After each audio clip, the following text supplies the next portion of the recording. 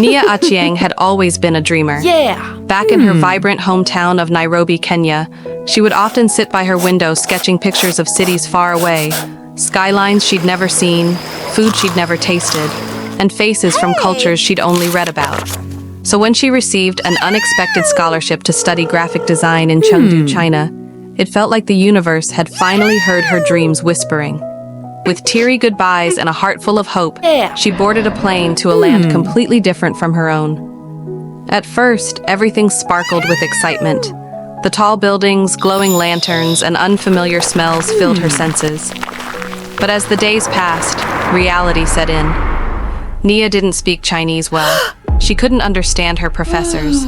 People stared at her, whispered things she didn't understand. She felt invisible and visible at the same time, and not in a good way.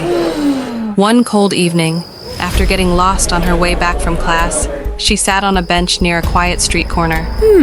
Her phone was dead, her umbrella had broken, and her art portfolio had gotten soaked by the rain. Tears welled up in her eyes. That's when she heard a voice. "Are you okay?" She looked up and saw a young man holding an umbrella. His name was Li Wei, a fellow student at the same university, soft-spoken and kind. He spoke a bit of English, enough to offer help, and even knew a few Swahili words, thanks to a Kenyan YouTuber he followed. From that night on, things started to change. Li Wei began helping her little by little. He taught her Chinese using anime subtitles. He took her to hidden noodle shops and local markets. He even helped her rebuild her art portfolio piece by piece. They shared playlists. He loved Sauti Sol, and she grew to love Chinese traditional music. They laughed over dumplings and mutura, swapped childhood stories, and walked the city at night, just talking under street lamps and moonlight. Slowly, the loneliness faded, and something new began to bloom. But life wasn't all soft edges. Some classmates whispered behind her back. A few shopkeepers ignored her.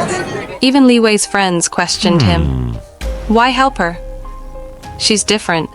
But Li Wei stood by her, every time.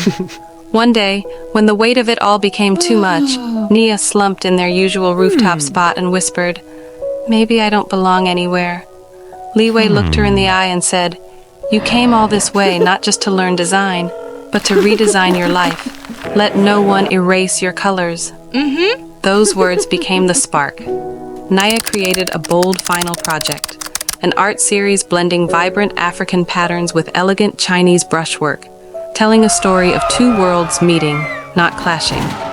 A story of identity, resilience, and love that transcended borders. The project went viral in the university. For the first time, Nia stood in front of a cheering crowd, proud of who she was, where she came from, and who she was becoming. Li Wei stood beside her, quietly smiling, but this time, his hand gently found hers. She looked at him, really looked, and in that moment, she knew. She hadn't just found a friend, she had found someone who saw her completely. That evening, under lantern light and spring rain, Li Wei kissed her for the first time, softly, like a promise. Now every time she draws, Nia remembers that rainy night, that quiet voice, that umbrella, and the boy who didn't just teach her new words, but rewrote the way she saw herself. She came to China seeking education. Instead, she found love, and a version of herself she never knew existed, strong, fearless, and fully alive. If this story moved you, inspired you, or made you smile, even just a little, don't forget to give it a thumbs up.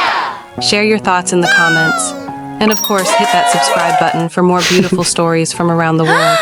Because sometimes, the most powerful journeys start with a dream and a little rain.